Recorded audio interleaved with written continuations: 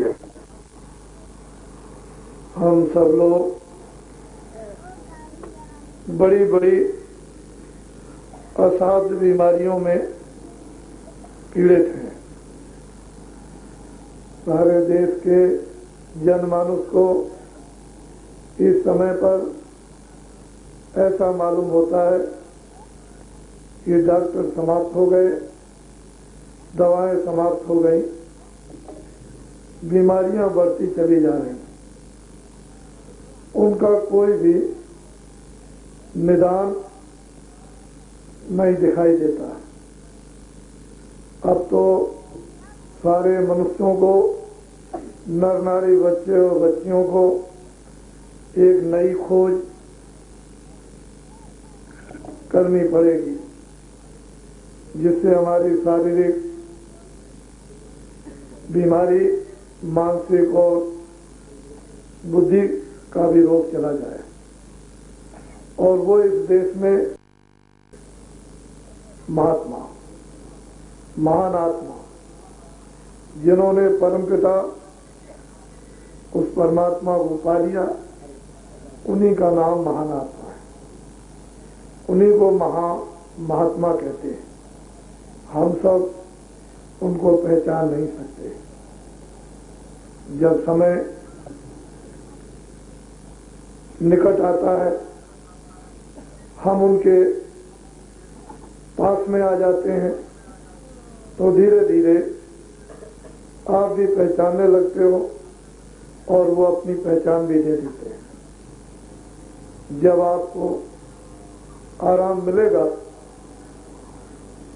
शारीरिक क्लेश जाएगा, मानसिक पीड़ा हटेगी, बुद्धि की उलझन, अज्ञानता खत्म होगी, तो एक शांति का आप अनुभव करोगे। उस समय पर हम ईश्वर का गुणगान, भगवान की प्रार्थना, भगवान का विश्वास हम करते हैं। उस समय पर हम समझते हैं कि सत्य बोलना मनुष्य के लिए कितना आवश्यक, जरूरी था। सेवा करना मनुष्य के लिए कितना बड़ा कर्तव्य था। चाहे घर में सेवा हो या बाहर सेवा हो। बुद्धि के ज्ञान की इस देश में हर चीजों को समझने के लिए कितनी महान जरूरत थी। उस समय मालूम होता है कि हम सभी पीड़ाओं और दुखों और बीमारियों से खिंचकर एक किनारे आ गए। लेकिन जब तक महान आत्माएं नहीं मिलेगी, किताबें बहुत हैं, धर्म की पुस्तकें बहुत हैं, देवता बहुत हैं, मंदिर बहुत, रामायण, गीता, भागवत, वेद बहुत हैं। क्यों ये सब कुछ हो गया? किताबों में जो लिखा था कि तुम महात्माओं के पास जाना, उनके उपदेशों को सुनना, वो अच्छाई बुराई को बताएंगे, बुराई छोड़ देना, अच्छाई पर चलना। आप किसी महात्मा के पास नहीं गए, किताबें नहीं बताती। किताबें बता देती तो गुरुओं की जरूरत नहीं थी। किताबें अगर बता देती हमको तो ईश्वर न मिल जाता। किताबों में एक प्रमाण है कि लोगों ने साधना की, गुरुओं के आशीर्वाद को लेकर लोगों ने आत्मा को जगाया। मुक्ति है, स्वर्ग है, वैकुंठ है, मोक्ष है, ये सब गुरु कृपा से मिलेगा। किताबें प्रमाण है, ताकि आप ये न कह सको कि किताबें नहीं हैं। इसलिए आज भी किताबों का प्रमाण मिलता है, लेकिन आपको जल पीने के लिए पानी चाहिए, नदी हो या कुआं हो। आप कहोगे कि पानी मिल जाए, ऐसे नहीं, जाना पड़ेगा। वहीं पर मनुष्य की प्यास जाएगी तो जो आत्मा को प्यास लगी है वो इस जल से, इस पानी से नहीं जाएगी। उसके लिए एक स्थान है और वो मनुष्य रूपी मंदिर, जिसमें भगवान प्रकट हो गया हो, जिसमें भगवान का साक्षात्कार हो, वहां आत्माओं की प्यास जाएगी। वहीं पर आत्माओं का जल है, वहीं पर आत्माओं का ज्ञान है, वहीं पर आत्माओं की शक्ति है और वहीं पर आत्माओं का आनंद। लेकिन आप इधर उधर भटकोगे तो शरीर का भी सुख नहीं मिला, तो आत्माओं का सुख क्या मिलेगा। इसलिए आपने ये बोरे वालों को देखा, बड़ी आपको भ्रांति हुई होगी, ये बोरा क्या चीज है, ये टाट है, ये झूठ है। सही सच्ची बात तो यह है कि जितनी तनख्वाह इनको मिलती है उसमें पूरा नहीं पड़ता। फिर मैं ये तो नहीं कह सकता हूं कि चोरी करो, किसी को धोखा दो या बेईमानी करो या चलते हुए को मार दो। मैं तो यही कह सकता हूं कि जितना मिलता है उसी में तुम अपना गृहस्थ आश्रम चलाओ। जब इन्होंने ये देखा कि पूरा नहीं पड़ेगा तो टाट बोरा सस्ता है। ये कलकत्ते में 2.5 रुपए मीटर मिलता है। 2.5 मीटर बहुत होता है, पूरा बन जाएगा नीचे से ऊपर तक। ये बहुत सस्ता है, अपने देश का है और ये पवित्र है। इसमें बैठ करके अच्छी पूजा होती है, इसमें सादगी है, सादे विचार हैं। इसको जो पहनता है, भगवत भजन करता है, उसको रिद्धि सिद्धि मिलेगी, उसको ज्ञान मिलता है, आत्म कल्याण उसका होता है। ये सस्ता है, स्त्रियां तो इसको नहीं पहनेंगी, पुरुष पहनते हैं। इस भारतवर्ष में एक आवाज पर 1 करोड़ आदमियों ने इसको पहना और कई बरस इसको पहनते हो गए, कोई आज नहीं। अब तो लोग इसको देखने लगे, समझने लगे इसमें कुछ है, और थोड़े समय बाद ये बात देश में समझ में आएगी कि हमारे देश में त्याग से काम होता आया। बौद्ध ने त्याग से किया, त्याग से काम होता आया। शंकराचार्य ने त्याग से किया। परिवर्तन त्याग से होता है। तपस्या से राम ने त्याग किया, राजधानी छोड़ी, जंगल में तप किया, काम किया। कृष्ण भगवान, उनके माँ बाप जेल में थे, वो भी जेल में पैदा हुए, लेकिन त्याग करना पड़ा, तपस्या करनी पड़ी, एक परिवर्तन हुआ। समय ये सिद्ध करता है कि त्यागी और सच्चों की जरूरत है।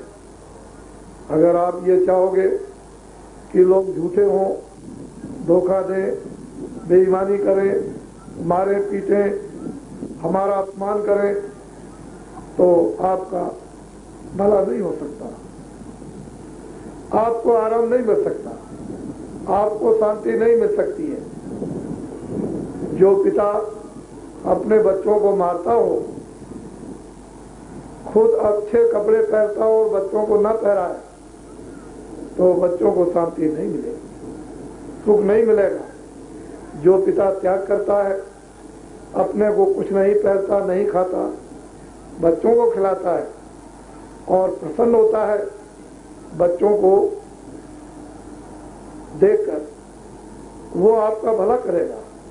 इसी तरह से बड़े समाज के लोग परिवार के लोग, देश के लोग जब त्यागी होंगे तो त्याग सबसे बड़ा ऊंचा ज्ञान, ऊंची व्यवस्था और ऊंचा लक्ष्य है। और त्याग से सब झुकते हैं, त्याग के ज्ञान से झुकते हैं और ज्ञान की सेवाओं से झुक जाते हैं, ज्ञान के प्रेम से झुकते हैं और ज्ञान की दया जो मानव के हृदय को छू लेती है और कितना उसको प्रेम देती है कि प्रेम पाकर हम एक दूसरे के काम आते हैं। चाहे जैसी तकलीफ मुसीबत हो, काम आएंगे। किसी के पास भोजन नहीं है तो आप अपने घर में से बचा हुआ उसको दे दोगे, कपड़े उसके पास नहीं उसको पहराओगे। ये महात्माओं की देन इस देश के लिए सनातन से चली आई। आज नहीं, सतयुग में भी, त्रेता द्वापर में भी और कलयुग में भी।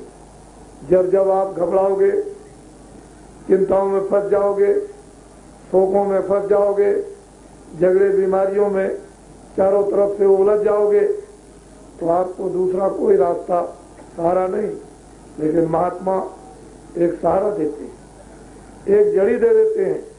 वो अलौकिक नाम की जड़ी ऐसी देते हैं कि तुम उसका स्मरण करो, उसकी याद करो, मुंह से तुम बोलोगे, उससे न मालूम कितने आपके लाभ होंगे, आपको फायदा होगा।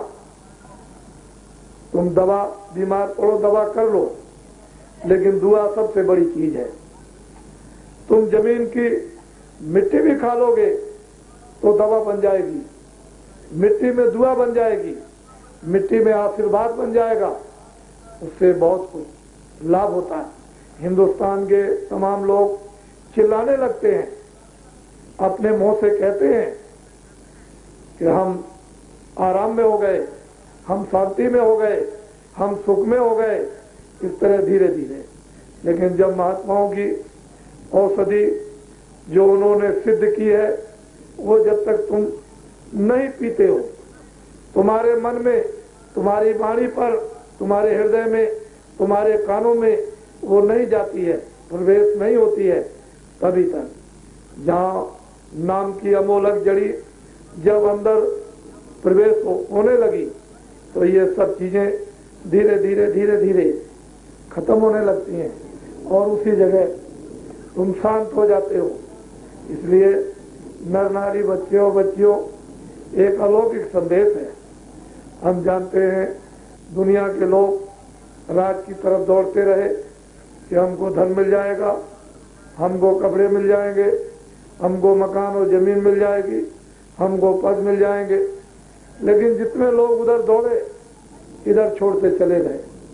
मनुष्यता छोड़ी, मनुष्य की सत्यता छोड़ी, मनुष्य का आदर सत्कार छोड़ा, मनुष्य की सेवाएं छोड़ी, धन के पीछे पड़ गए, बाग बगीचों के पीछे पड़े। उधर जाकर आपको क्या मिला? क्या आपने पाया? दो कलेश बीमारी पाई। अब तुमको न ज्ञान है अपने खान पान का, ना आपको रहन सहन का ज्ञान, ना आपको उठने बैठने का ज्ञान। ये तो आसाम भूमि बड़ी धार्मिक थी, यहाँ बड़े सीधे साधे लोग थे। हमने सन 52 में आकर गुवाहाटी में, इधर कूच बिहार आसपास में हमने देखा था, गांव के लोग बड़े सीधे, गांव के लोग बड़े सच्चे, गांव के लोग बड़े भोले, बड़ा प्रेम और वो सेवा और सत्कार करते थे। ये ऐसी धार्मिक ऋषियों की भूमि, आप इस भूमि को आपने अपने कर्मों से मैला किया, गंदा किया, खुद भी गंदे हो गए। जब आपकी इंद्रियां कर्म करने से गंदी हुई तो उसका परिणाम, उसका फल आपको दुख मिला, रोना मिला, चिल्लाना मिला। अब ये पता चल रहा कि कपड़े तो बहुत लोगों के पास हैं लेकिन शांति नहीं। भोजन बहुत लोगों के पास व्यवस्था है, लेकिन शांति नहीं।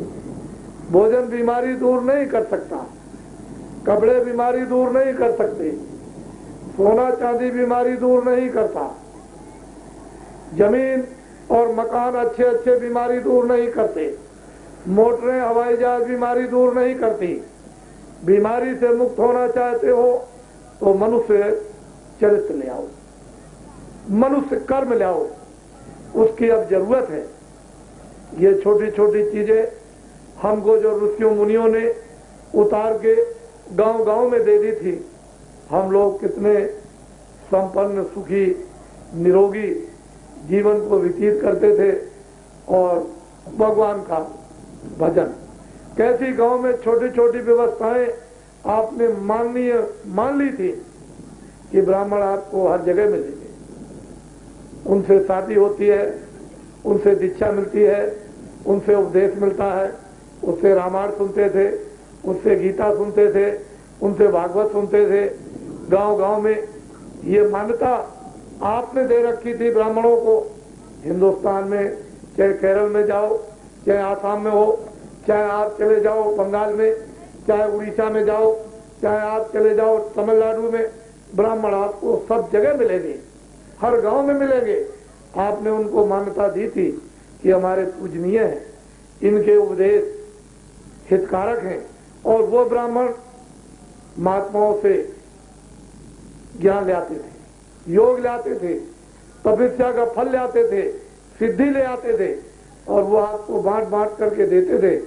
आप लोग चलते थे, आपने ब्राह्मणों को छोड़ दिया। जन्म से लेकर और जब तक यहाँ नदी के किनारे ना आ जाओ तब तक ब्राह्मण आपका काम करते थे। जब चले जाओ संसार को छोड़कर तब भी आपका काम करते रहते हैं।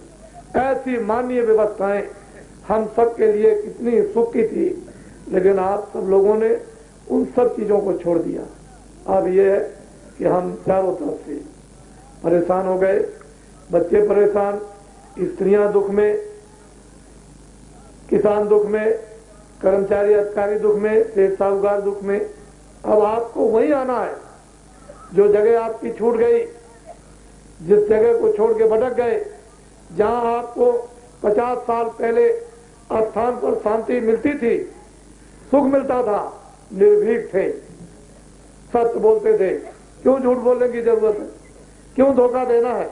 जब मेरे भाग में है, मेरी प्रारब्ध में है, भगवान ने लिख करके हमको दे दिया कि जब तक तुम जिंदा रहोगे तब तक तुमको सब कुछ, कपड़ा, खाना, भोजन, पानी, इज्जत, सम्मान, ये सब तुमको मिलेगा, परिवार मिलेगा तुमको, ये मिल जाएगा। लेकिन तुमने अपनी प्रारब्ध पर ठोकर मार दी और तुम दौड़ पड़े।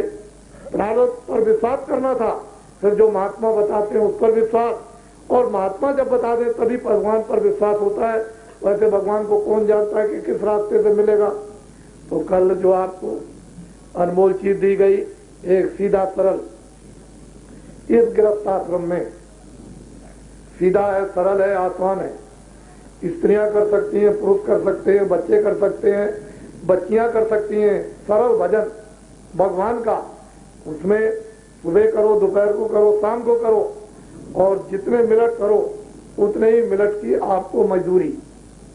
मेहनत करोगे मनुष्य रूपी मंदिर में, उतनी परमपिता परमात्मा तुरंत शीघ्र आपको मजदूरी देगा। जब मजदूरी देगा तो आनंद मिलेगा, मजदूरी देगा तो ज्ञान मिलेगा, आत्मा में विकास होगा, आत्मा का धर्म मिलेगा, जीवात्मा में होश आ जाएगा। ये तो जीवात्मा दोनों आंखों के पीछे ये बैठी हुई है, ये बीचों बीच में, दोनों आंखों के बीचों बीच में जीवात्मा को बैठा दिया, और वो तुम्हारे कर्मानुसार बेहोश, होश नहीं कि मैं कहां से आई, मुझे कहां जाना है, मुझे कितने दिन रहना है, मुझको किसने फांसा, मुझे किसने गंदा किया, ये उसको कुछ नहीं है। इंद्रियां जो है, मन, बुद्धि और चित्त, ये सब इंद्रियों के दरवाजों पर बैठकर, आंख और कान, ये नाक, इन दरवाजों पर बैठ करके बाहर के ये क्षणिक देखने के सुख आनंद लेते हैं। मन उनका आदी हो गया। जीवात्मा की शक्ति से ये सब काम करते हैं, नहीं तो मन कुछ नहीं, बुद्धि कुछ नहीं है, चित्त कुछ नहीं है, आंख कुछ नहीं। जब ये निकाल दी जाती है तो क्या करेगा मन, क्या आंख करेंगी, क्या कान करेंगे, कुछ नहीं। तो ऐसी अद्भुत शक्ति आपके अंदर जो परमपिता परमात्मा ने बैठा दी और उसको आपने अपने अधिकार से गंदा कर दिया, मैला कर दिया। दो ही तो अधिकार आपको मिले थे कि देखो मैं संसार में एक नियम बनाकर, विधान बनाकर, कानून बनाकर तुमको आजाद करता हूं, और ये अच्छा ये बुरा, आंख से अच्छा देखो या बुरा, कान से अच्छा सुनो या बुरा, वाणी से अच्छा बोलो या बुरा, बुद्धि से अच्छा विचार करो बुरा, हाथ और पैरों से अच्छा काम करो बुरा। जब आपको पूरा पूरा धरती पर अधिकार दे दिया तो उसका आपको उपयोग करना है, दुरुपयोग करोगे उसकी सजा पाओगे। फिर तुमको नहीं मालूम है ये किराए का मकान है, थोड़े दिन का तो लिए दिया, 10 बरस रहो, 20 बरस रहो, 40 बरस रहो, 50 बरस रहो, 60 बरस रहो, आखिर तो जाना, अरबपति बन जाओ, खरबपति बन जाओ, लेकिन ये किराए का मकान आपको खाली करना है। इसी ने तो ये सब चीजें इकट्ठी की, उसी से तो तुम कहलाए करोड़पति, उसी से कहलाए अरबपति, उसी से तुम कहलाए कि बहुत बड़े आदमी, उसी से कहलाए तुम राजे हो, उसी से कहलाते हो, उसी से तुम गरीब कहलाते हो। यही तो है जिसने सामान इकट्ठा किया। जिसके पास सामान नहीं इकट्ठा वो गरीब, जिसके पास सामान माया की छाया जमा हो गई अमीर हो गया। आखिर में इन दोनों को, अमीर हो चाहे गरीब हो, किराए का मकान दोनों को खाली करना। जब वो खाली कराने आएगा तब आप क्या करोगे? तो सोना कुछ नहीं करेगा, मकान कुछ नहीं करेगा, जमीन कुछ नहीं करेगी, झोपड़ी कुछ नहीं करेगी, गरीबी कुछ नहीं करेगी, विद्वता ज्ञान कुछ नहीं करेगा। वो तो आपको खाली करना, तो कहेगा खाली करो। तुम बड़े बादशाह हो सारी दुनिया के, सारे संसार के, लेकिन कहेगा खाली करो। एक सेकंड नहीं लगेगा और खाली करा देगा। फिर ये कपड़ा पहरे उसको भी हटा देगा, कहेगा चलो लकड़ियों पे जलो, वहां जला के इसको मट्टी में मिला देगा। अब आपको ये पता हुआ कि जल, पृथ्वी, अग्नि, वायु, आकाश, इन पांचों तत्वों का ये बना हुआ शरीर है। इसमें जब जीवात्मा बैठी है उतनी देर चलता, जैसे ही निकाल दी गई ये मिट्टी गिर गई, यही सड़ जाएगी, बदबू करेगी, दुर्गंध करेगी, तुम खड़े नहीं हो सकते हो। तो बताओ ऐसा अनमोल मनुष्य शरीर और जीवात्मा को दरवाजे पर बैठा दिया, और महात्माओं की जरूरत थी कि उसको होश ले आते, जो बेहोश थी, जो सो रही थी जगा देते, जिसको आंख नहीं थी आंख दे देते, जिसके कान नहीं थे कान देते, और जो इतने युग बीत गए इस 84 और नरकों में भटकते भटकते, रोते रोते उस जीवात्मा को उसको छुड़ा लेते, मुक्त कर देते आवागमन से, जन्म मरण की पीड़ा से। लेकिन आपने महात्माओं को महात्मा नहीं समझा। तो इसलिए हम ये जानते हैं कि राज्य की व्यवस्था जैसी है वह हम समझते हैं। ऐसा नहीं कि हम इधर से समझते नहीं, हम इधर भी समझते हैं कि आप जो दुखी हो, किसान अपने दुख में दुखी है, भजन नहीं कर सकते। व्यापारी छोटे बड़े अपने दुख में दुखी है, वो भी भजन नहीं कर सकते। चाहे तुम कहो जरूर कि हम भजन करते हैं, ये सब बनावटी, सच्चा भजन नहीं। अगर कहा जाए कि देखो आज से तुम छोटा बड़ा व्यापार करना, सत्य बोलना, कह लगे ये नहीं हो सकता, ये तो व्यापार चलेगा नहीं अगर हम झूठ न बोले। तो झूठ के साथ तो भगवान है, झूठ के साथ तो सत्यता है, झूठ के साथ प्रकाश नहीं है, झूठ के साथ आनंद नहीं है, झूठ के साथ में वो ज्ञान नहीं। तुम कहोगे कि हमारा बगैर झूठ के चल नहीं सकता, तो कैसे चलेगा? किसान भी एक कहते हैं मुझे झूठ बोलना, बगैर मेरे उसके खेती नहीं चलेगी, खेती का काम नहीं होगा, कोई माल नहीं बिकेगा। ऐसे ही कर्मचारी अधिकारी वो कहते हैं कि बगैर झूठ के काम नहीं चल सकता। तो फिर बताइए फिर क्या होगा? फिर तो ये बात फिर तो दुख की हो गई, सुख की नहीं हुई। कि हमारा विवेक नहीं कहता कि हम झूठ बोले लेकिन झूठ बोलते, हमारा विवेक नहीं कहता हम धोखा दें, किसी को सताए लेकिन सताते हैं। तो फिर भगवान से तो दूर हो गए, किताबों से दूर हो गए, सत्यता से, उसके प्रेम से, उसकी दया से, उसके वजन से। तो फिर तो मनुष्य पेट के लिए पागल हो गए। इसके लिए तुमने अपने ईमान को, अपने सत्य को, अपने चरित्र को इस पेट के लिए खो दिया। अरे इसके लिए तो अगर तुम घर से बाहर चले जाओ, निकल के बाहर, तब भी तुमको खाना मिलेगा, कपड़े मिलेंगे। तुम जहां जाओगे वहां तुम्हारी फाइल साथ साथ चली जाएगी तुम्हारी प्रारब्ध की। जंगल में बैठ जाओगे, तुमने अगर बहुत अमीर हो चले जाओगे तो तुमको सब सामान वहां मिल जाएगा। जितना तुम्हारा आज का है वो आपका दिन भर पूरा मिलेगा। जो कल का है कल मिलेगा, जो तीसरे दिन मिलेगा। लेकिन तुमने ये विश्वास जो महात्माओं से प्राप्त होता था उसको छोड़ दिया लेना। तो अब आपको क्या पता पेट के लिए, तो इसलिए भजन भी गया, ईश्वर विश्वास भी चला गया, धर्म पुस्तकों का ज्ञान भी चला गया, उसका जो विदेश कर्म करने का था वो भी चला गया, उसको भी आपने छोड़ दिया। तो अब आंख से न कान से करते हो, न वाणी से, न हाथ पैर से, न बुद्धि से, तो अब क्या करोगे। तो इसलिए हमको मालूम है, हमारी बातों को बड़े ध्यान से सुनो।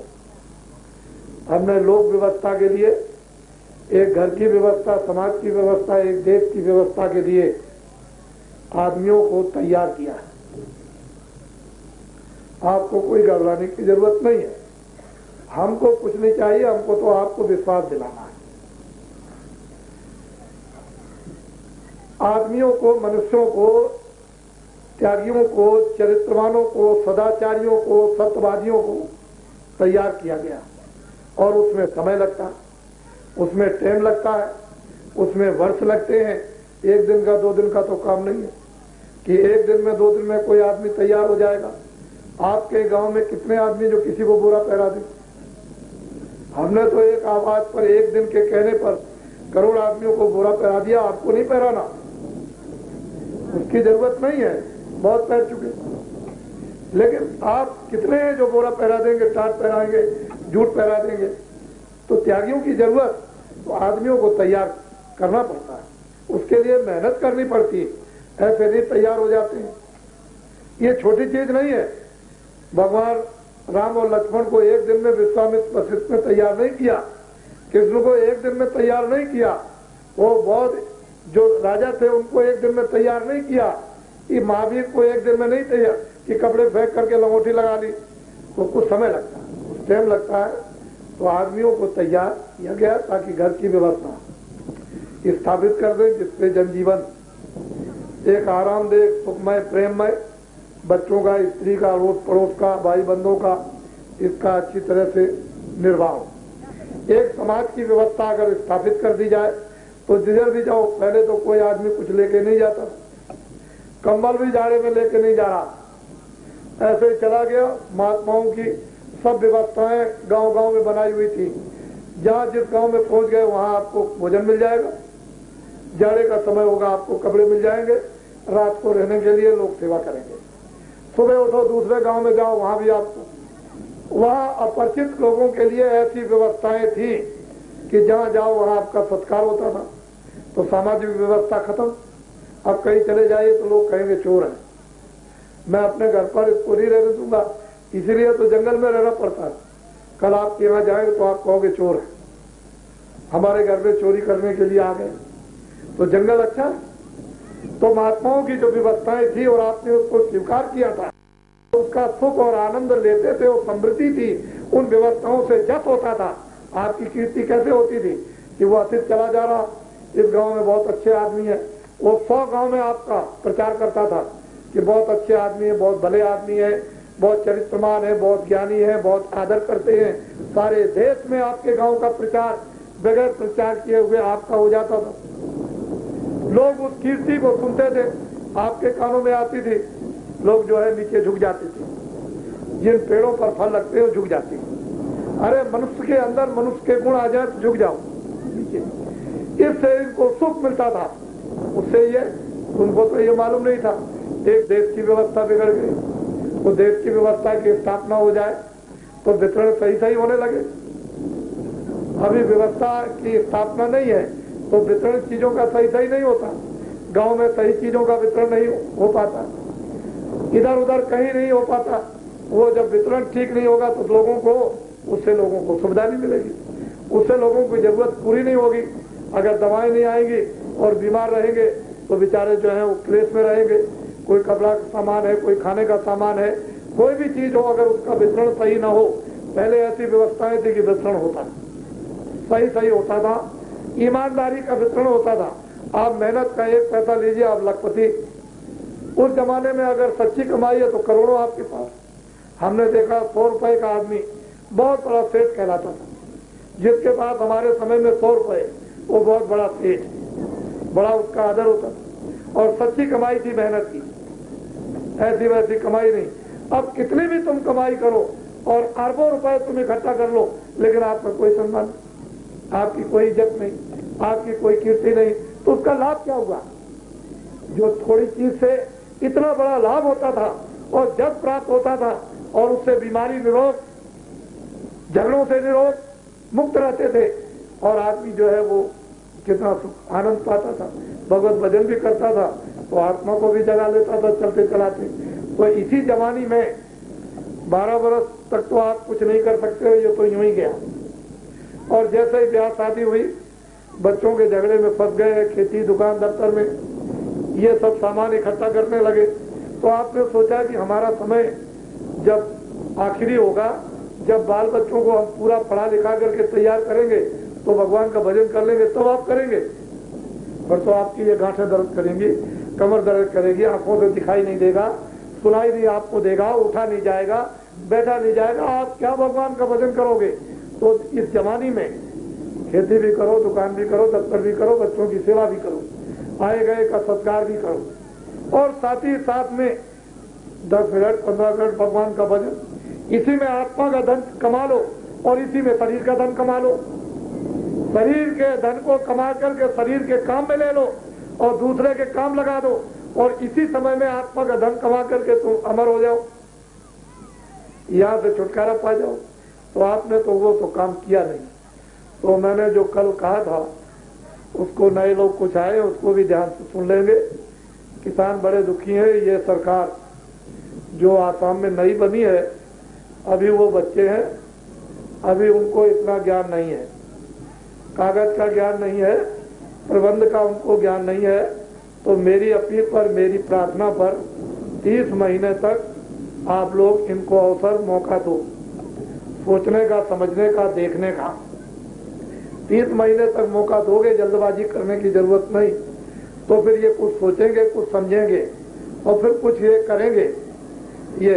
और 30 महीने तक आप किसी को सोचने का मौका न दो तो कोई ये मतलब ये कि भगवान का कोई ऐसा तो नहीं है कि ऐसे चुटकी बजा दिया। तो मनुष्य है, कर्म का खेल है। तो आप जब समय किसी को दोगे तो उस पर विचार करेगा। तो इस सरकार को तो आप 30 महीने तक समय दीजिए।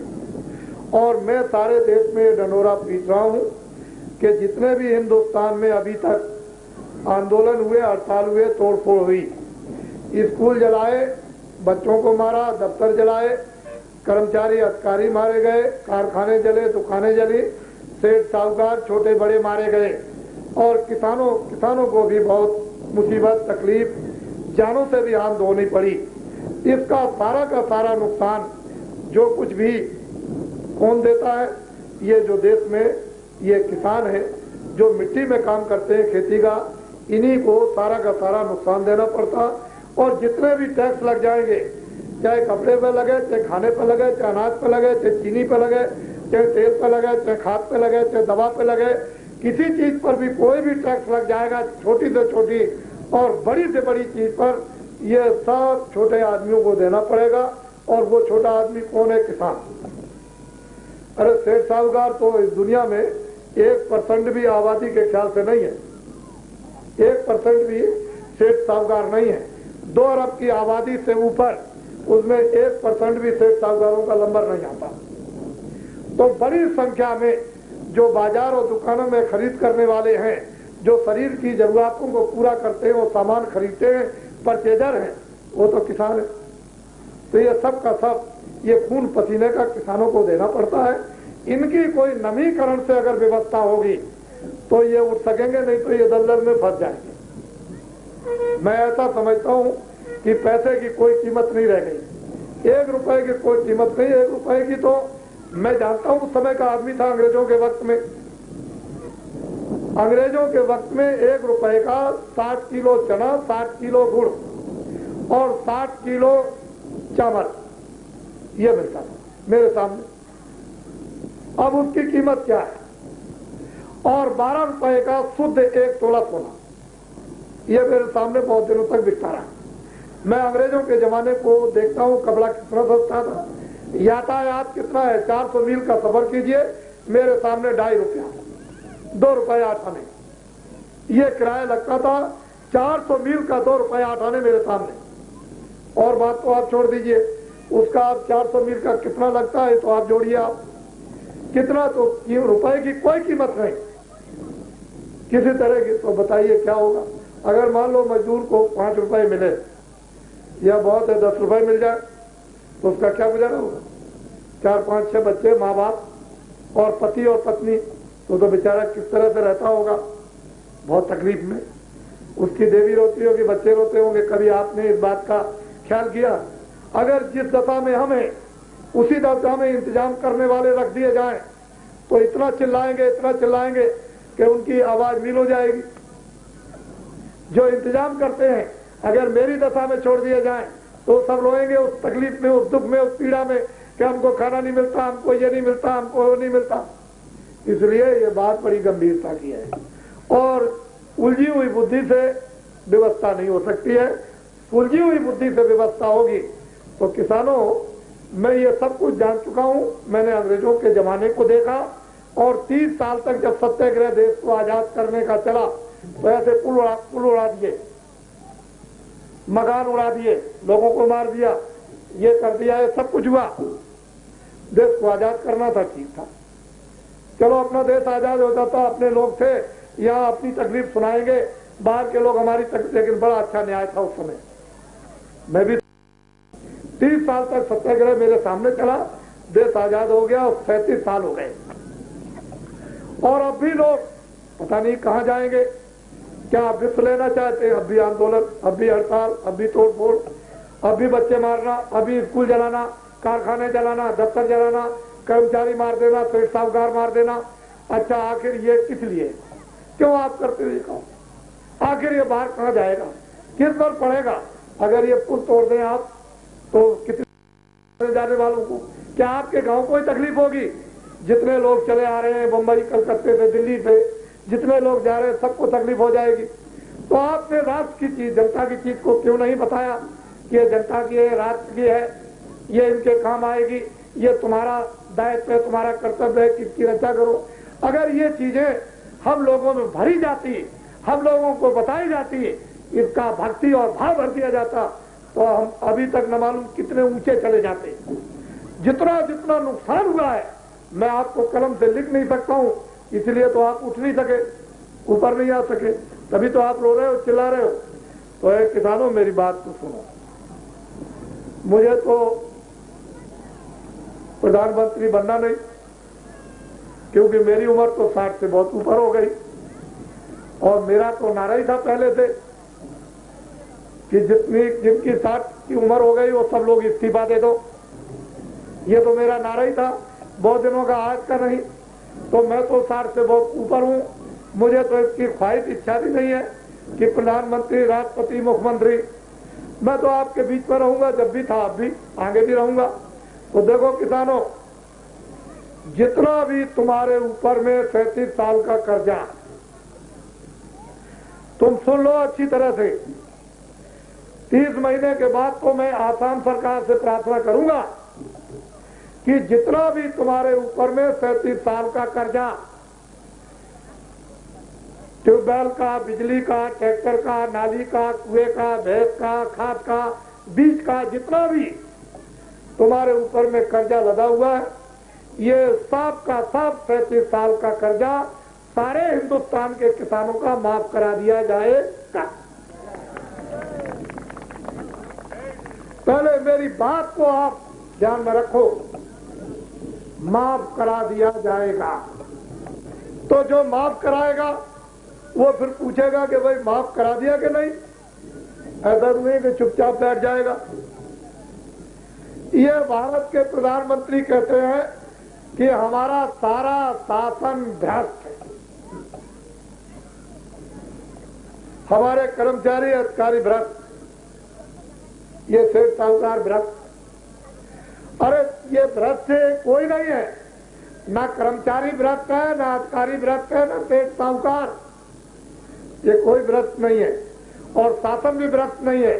असली बात यह है कि जब तुम एमएलए एमपी को चुन करके भेजते हो वहां दिल्ली, तो जब उनका खर्चा पूरा नहीं होगा बाल बच्चों के लिए, तो इन सेठ साहूकारों को दबाएंगे, कर्मचारी अधिकारी को दबाएंगे कि मेरा पेट पूरा करो, मैं हम तुम्हारा नुकसान कर देंगे, नौकरी से हटा देंगे। सेठ साहूकार को कहेंगे कि हम तुम्हारी तलाशी करा देंगे, तुम्हारा कोई नुकसान कराएंगे। तो ऐसा चाहिए कि जितने भी एमएलए एमपी हैं, इन सब लोगों को काम दे दिया जाए, पक्ष और विपक्ष के कोई भी हो, क्योंकि आपने इसीलिए चुन करके भेजा है कि हमारे क्षेत्र में ये सेवा करें। तो जितने भी 525 एमपी हैं, उन सब को काम दे दिया जाए अपने अपने क्षेत्रों में काम करने का। तो एक तो लाभ ये होगा कि शरीर अच्छा और बाल बच्चों की सेवा के लिए उनको उपयुक्त धन मिल जाएगा। सबसे बड़ा लाभ ये होगा कि जब एमपीओ को पक्ष और विपक्ष के काम मिल जाएगा, अपने अपने क्षेत्रों में काम जनता के लग जाएंगे, तो आंदोलन नहीं होगा, हड़ताल नहीं होगा, तोड़फोड़ नहीं होगी, स्कूल नहीं जलेंगे, दफ्तर नहीं जलेंगे, कर्मचारी नहीं मारे जाएंगे, अधिकारी नहीं मारे जाएंगे, कारखाने नहीं जलेंगे। तो एक सबसे बड़ा लाभ ये होगा। इनको काम दे दीजिए, जितने भी लोग हैं ये सब, चाहे एमएलए हो चाहे एमपी हो, सबको काम दे दीजिए, अपने अपने क्षेत्र में काम करें। ये बहुत अनिवार्य और जरूरी है, आवश्यक है।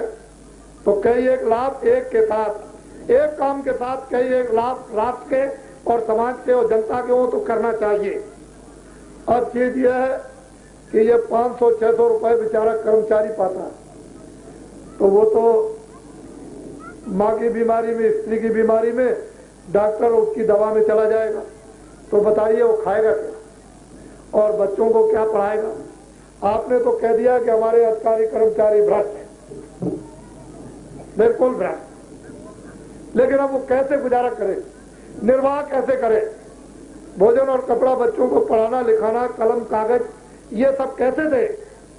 तो देखो अधिकारी कर्मचारी, हम ये चाहते हैं अपने दिल से कि जो जज है उनकी महीने में 10,000 तनख्वाह वेतन, जो उससे छोटे हैं 6,000 और उससे छोटे हैं 4,000, और सबसे छोटा जो कर्मचारी है, चाहे स्कूल के अध्यापक हो चाहे सिपाही हो, उसको 2,000। तुम ये जानते हो कि ये कौन बोला? आपको ये मालूम होना चाहिए कि नदी के किनारे कौन बोलता। आप तो समझते होंगे कि इधर से कोई आया है, उसने ये बात कह दी, लेकिन आपको मालूम नहीं कि इसका क्या होगा, किनको ये। और ये हमारे जो बेचारे छोटे और बड़े जो बेचारे व्यापारी बैठे, ये बड़े परेशान आए दिन तलाशी, चलो तुम्हारी तलाशी, चलो तुम्हारी तलाशी, चलो तुम्हारी तलाशी, जो सफेद है उस सामान को भी उठा लें, चलो तुम्हारी तलाशी। तो ये रात और दिन बेचारे परेशान। तो आपके लिए तो मैं ये चाहता हूं, उसको ध्यान देकर के छोटे बड़े व्यापारी इसको समझ ले, जो सफेद पूंजी है उसकी भी कोई तलाशी नहीं, और जो काली पूंजी है उसकी भी कोई तलाशी नहीं। जो सफेद पूंजी का आप टैक्स देते हो वो तो दो, लेकिन काली पूंजी का जो टैक्स नहीं देते हो उसका एक नया पैसा आपको टैक्स नहीं देना, लेकिन आपको मेरा साथ देना पड़ेगा। किसानों को मेरा साथ, कर्मचारी इनको, अधिकारियों को मेरा साथ, जो मजदूर काम करते हैं जिनके पास खेती नहीं उनको मेरा साथ, जो नौजवान जो स्कूलों में पढ़ते हैं उनको मेरा साथ। ये तो आपको देना पड़ेगा, मेरी बात को मानना होगा। आपकी काली पूंजी का एक भी नया पैसा टैक्स नहीं, जो सफेद का तुम देते हो दो, उसके लिए मना नहीं, और सफेद और काली पूंजी की कोई तलाशी नहीं। मैं आपको विश्वास दिलाता हूं कि आप मेरा साथ दे दो, मेरी बात को मान लो, तो मैं हिंदुस्तान की सारी काली पूंजी को 24 घंटे में व्हाइट करा दूंगा। आपको क्या चाहिए? मैं बताऊंगा नहीं कि क्या करूंगा, ये आपको अभी नहीं बता सकता हूं। मोटी सीधी ये जो स्कूल में बच्चे पढ़ते हैं, जो बेचारे बड़े बड़े क्लासों में जो बीए एमए की डिग्री लेकर के बाहर निकलते हैं कि नौकरी मिल जाए, लेकिन नौकरी नहीं मिलती है। मैं उन छात्रों को, विद्यार्थियों को ये बताना चाहूंगा कि अगर तुम मेरा साथ दे दो तो हिंदुस्तान के स्कूलों से कोई भी विद्यार्थी पढ़कर निकलेगा तो बाहर घर में बेकार यदि बैठ नहीं सकता, सबको काम मिल जाएगा। और क्या चाहिए? अब आपको ये जानना चाहिए, मुझे तो कुछ नहीं चाहिए। मैं फिर पूछूंगा कि बोलिए मैंने मंच में जो जो बातें कही, अभी मैंने क्या कहा? अभी तो ये मोटी 2-4 बातें हैं जो आपके कानों में डालता हूं। अभी तो मैं संकल्प का ये 10,000 किलोमीटर की यात्रा का जो 4 फरवरी से मथुरा से ये चला है काफिला, वो इसको लेकर 90 दिन के लिए 10 प्रांतों का मैं एक संकल्प सूत्र में, जैसे बहनें भाई को धागा बांधती हैं, ऐसे ही एक संकल्प सूत्र में मुझे बांध को लेने दीजिए, कहूंगा तो मैं बाद में। आप इसकी चिंता क्यों करते हो? मैं इधर की भी व्यवस्था आपको करवा के दिखा दूंगा और भगवान के लिए मैं बिल्कुल तैयार हूं कि तुम 10 मिनट, 15 मिनट, 20 मिनट सुबह या शाम को तुमको न समय मिले आत्म कल्याण के लिए, तो कट्टी में बैठकर तुम अपनी आत्मा को जगा सकते हो, यानी भगवान का भजन कर सकते हो। और कोई छुआछूत नहीं किसी तरह की। तो मैं इधर भी हूं, मैं आपके दुख में, तकलीफ में, इसमें सब में।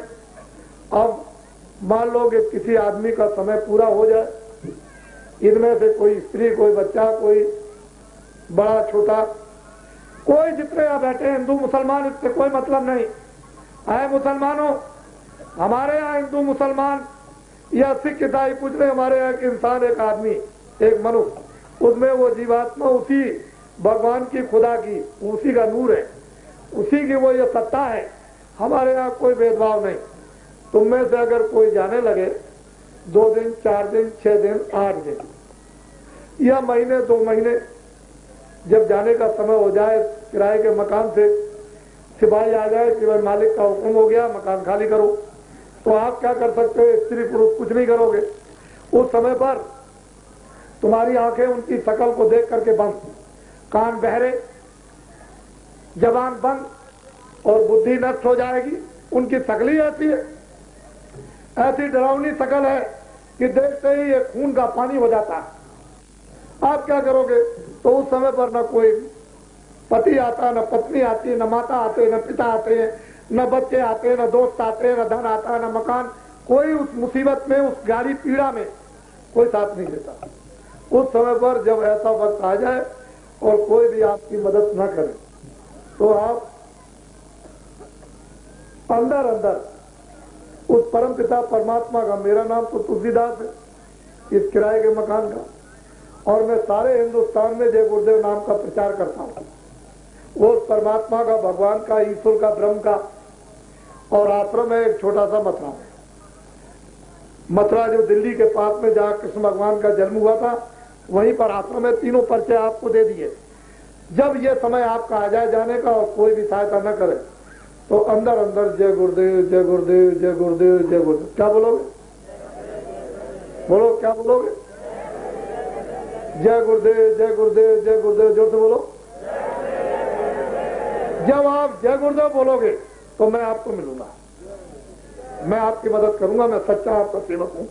मैं तो कोई महात्मा नहीं, मैं कोई भगवान भी नहीं हूं, मैं आपका सेवक हूं। मैं उस समय आपकी मदद करूंगा, लेकिन मेरी जड़ी जब आप याद करोगे तब, जब जय गुरुदेव बोलोगे तो मैं मिलूंगा।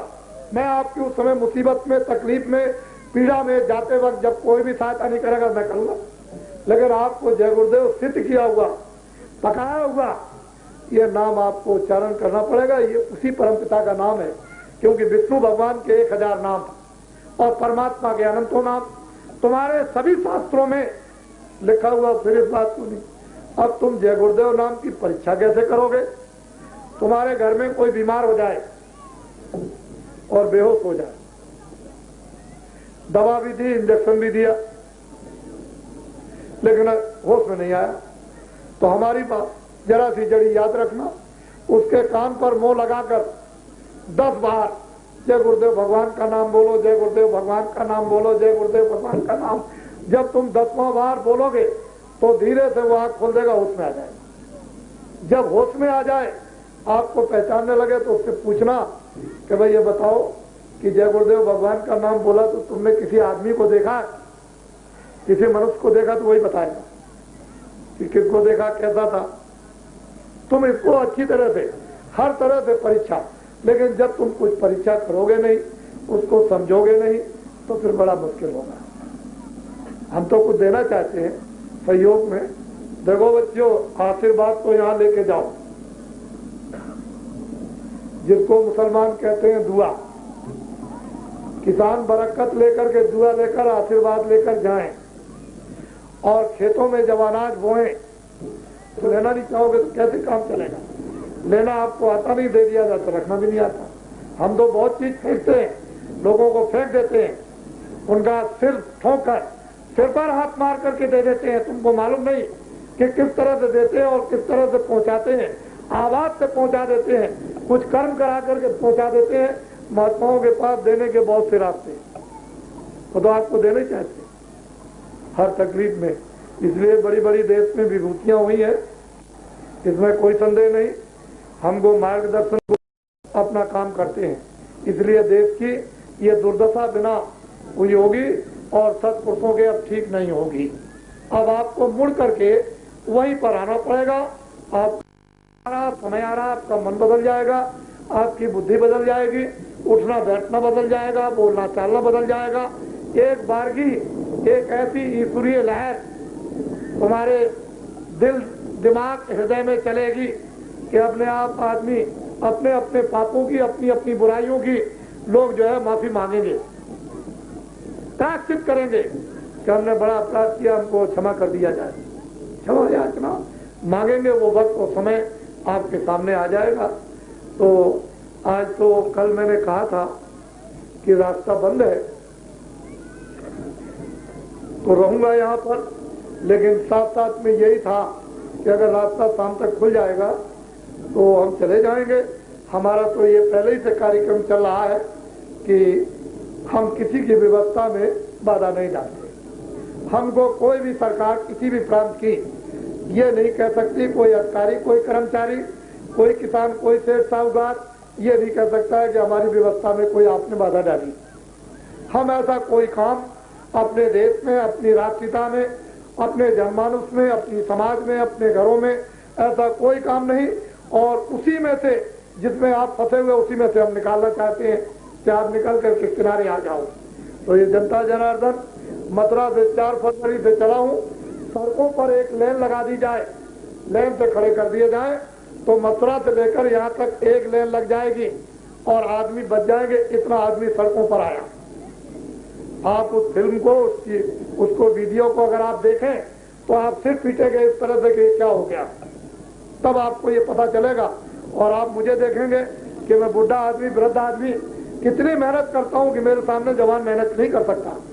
मैं इतनी मेहनत करता हूँ। मैं तो उस समय का आदमी हूँ, अंग्रेजों के वक्त का, जब आंदोलन नहीं चला था तब का मैं हूँ।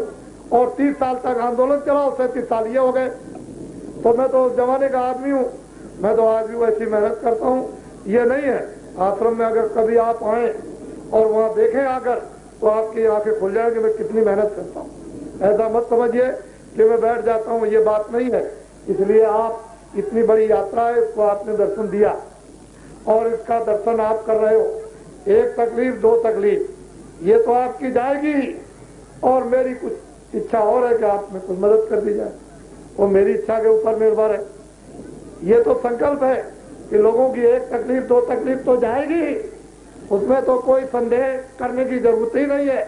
जो भी आ जाएगा सड़क के किनारे, इनको दर्शन देगा, दर्शन करेगा तो उसकी तकलीफ जाएगी। ये तो ईश्वरीय दैविक संकल्प है, और बाद में कुछ है और भी। अब वो मेरे ऊपर है कि मैं किसके साथ क्या करूं, ये मेरे ऊपर में छोड़ा हुआ है, वो तो संकल्प की बात है। तो इसलिए आप घबराए नहीं, चिंता मत करें। आप मेरा साथ दें, मेरी आवाज का साथ दें, मेरी बात को मान ले। किसान किसानों में प्रचार कर दो, और कर्मचारी अधिकारी अधिकारियों में प्रचार करें, और छोटे बड़े दुकानदार व्यापारी व्यापारियों में प्रचार कर दें, और ये नौजवान छात्र छात्रों में प्रचार कर दें, मजदूर मजदूरों में प्रचार कर दें कि बाबा जी ने ये कहा है और ये ऐसी व्यवस्था करना चाहते हैं कि मेरा सब साथ दे दो। ऐसी व्यवस्था कर दूं जो आपने कभी कल्पना भी नहीं की होगी, कभी स्वप्न में और ख्वाब में सोचा भी नहीं होगा कि भारतवर्ष में ऐसा हो जाएगा। तभी तो ये बात आपके सामने आई कि कलयुग जाएगा और सतयुग आएगा। कोई बात तो जरूर है, कलयुग जाएगा और सतयुग आएगा। ना अभी कलयुग गया ना अभी सतयुग आया, लेकिन आपके सामने ये बात दीवारों पर आ रही, कलयुग जाएगा सतयुग आएगा, कलयुग जाएगा सतयुग आएगा। तो आपको जाना चाहिए कि कलयुग चला जाएगा, सतयुग क्या करेगा, या कलयुग यहाँ पर है तो क्या कर रहा, ये समय से बोलो। अच्छा, जय गुरुदेव। जो कल आपको भगवान का रास्ता बताया वो ठीक से आप अपना करना। खड़े हो जाओ, आप खड़े हो जाओ, सब लोग खड़े हो जाओ, अपनी अपनी जगह खड़े रहो, अपनी अपनी जगह खड़े रहो सबके सब। ये बताओ, हमने कुछ बुरा तो नहीं कहा? अच्छा, हमने किसी की बुराई तो नहीं की है? तो आप लोग ये चाहते हो कि हिंदुस्तान में आगे टैक्स न लगे? नहीं। तो अगर चाहते हो तो हाथ उठाओ, ये नीचे कर लीजिए आप। देखो, गुप्तचर के विभाग के हमारे कर्मचारी अधिकारी, ये देखिए, जनता कहती है कि आगे टैक्स मत लगाओ। वैसे आपने डीजल बढ़ा दिया, पेट्रोल बढ़ा दिया, खाद बढ़ा दी, मिट्टी का तेल बढ़ा दिया। ये आपको नहीं बढ़ाना चाहिए था। आपको पूछना चाहिए था उन महात्माओं से कि कोई ऐसा रास्ता बताइए कि हम टैक्स न लगाएं, आगे भी न लगाएं, इसको भी खत्म कर दें। ऐसा रास्ता बताइए तो उनको रास्ता बताया जाता, लेकिन वो तो अहंकार में पूछते नहीं है। उनको तो घमंड और गुमान है।